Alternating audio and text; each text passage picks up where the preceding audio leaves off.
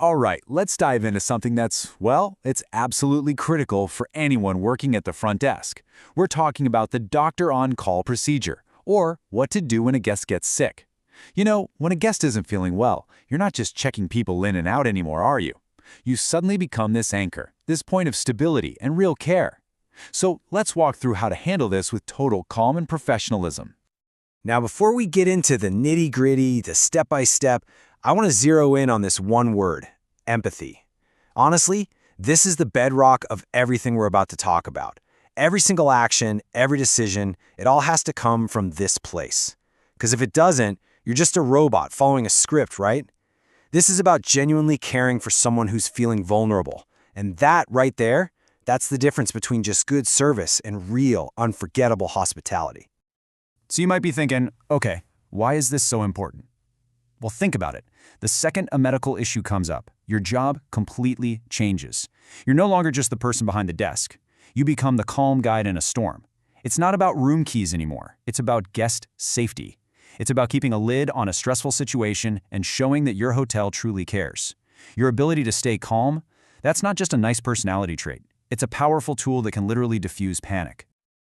Okay, so where does it all start? It starts with a signal. The very first step is just noticing that someone needs help. And yeah, that sounds super obvious, but picture a chaotic, busy lobby. It's easy to miss things. This is all about being tuned in, being aware of what's happening around you.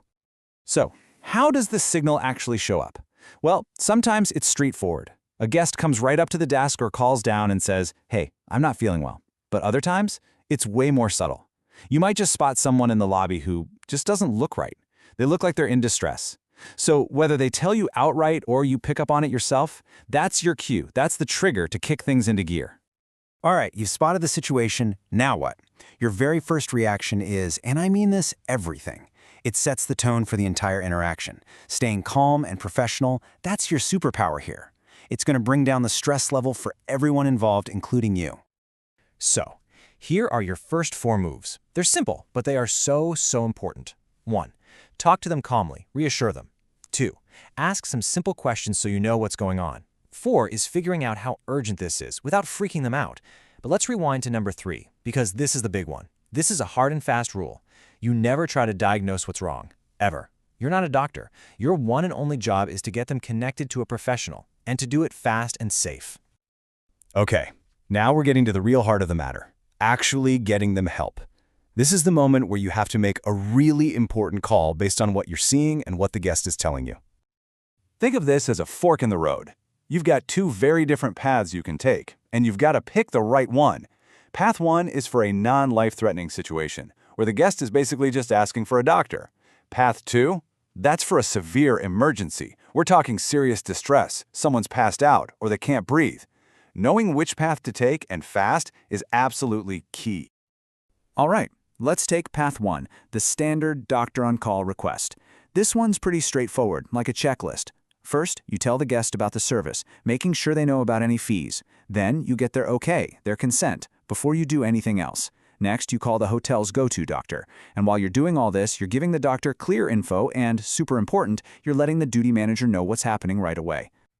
Now for path 2, a severe emergency. Everything changes. The rulebook gets simpler and faster. You do not wait. You do not hesitate. You call for an ambulance or whatever the local emergency service is immediately. At the same time, you're getting management and security on the line, and if you can and it's safe, you stay with that guest. Your presence can be incredibly reassuring while you wait for the pros to show up. Now, no matter who you're calling, a doctor or an ambulance, what you tell them matters a lot. You need to have this info ready to go. Guest's full name, room number, and a simple, clear description of the symptoms as the guest told them to you. This isn't just busy work for your logbook. This is vital info that helps the medical team walk in prepared and ready to act the second they arrive. So, you made the call, and help is on the way. But your job isn't done, not even close. The support you give during the visit, and especially after, is what separates the good from the truly great. This is how you take a really stressful situation and, believe it or not, turn it into a moment where the guest feels genuinely looked after. While the doctor is with the guest, you become kind of a stage manager. You're working behind the scenes to make sure everything runs smoothly. That means helping the doctor get to the room, talking to housekeeping if they need extra towels or water, and maybe even helping with a prescription. But through it all, your #1 job is protecting the guest's privacy. You're a helpful presence, but a discreet one. Okay, the doctor has come and gone. The immediate crisis has passed. You'd think we're done, right? Nope. Our care continues. So the real question is what's next? How do we follow up in a way that shows we really, truly care? This is where you really get to shine. First, make the billing part easy and seamless for them. Just post any doctor's fees as a paid out so they don't have to worry about it. Then, the next day, a quick courtesy call. Just a simple, "Hi, just calling to see how you're feeling today." You have no idea how much that can mean to someone, especially if they're traveling alone. And if your hotel policy allows a small touch like a fruit basket, that says we care about you, not just your room bill. And that brings us to our final step. It might sound like paperwork, but trust me, it is one of the most important things you'll do. Documentation. Getting everything down on paper isn't just for covering our bases. It's about creating a clear record of what happened so the whole team is in the loop and can provide continuous care. So what exactly needs to go in the logbook? Pretty much everything. The guest's name and room, the date and time, what the issue was, who the doctor was, when they arrived and left, all the actions you took.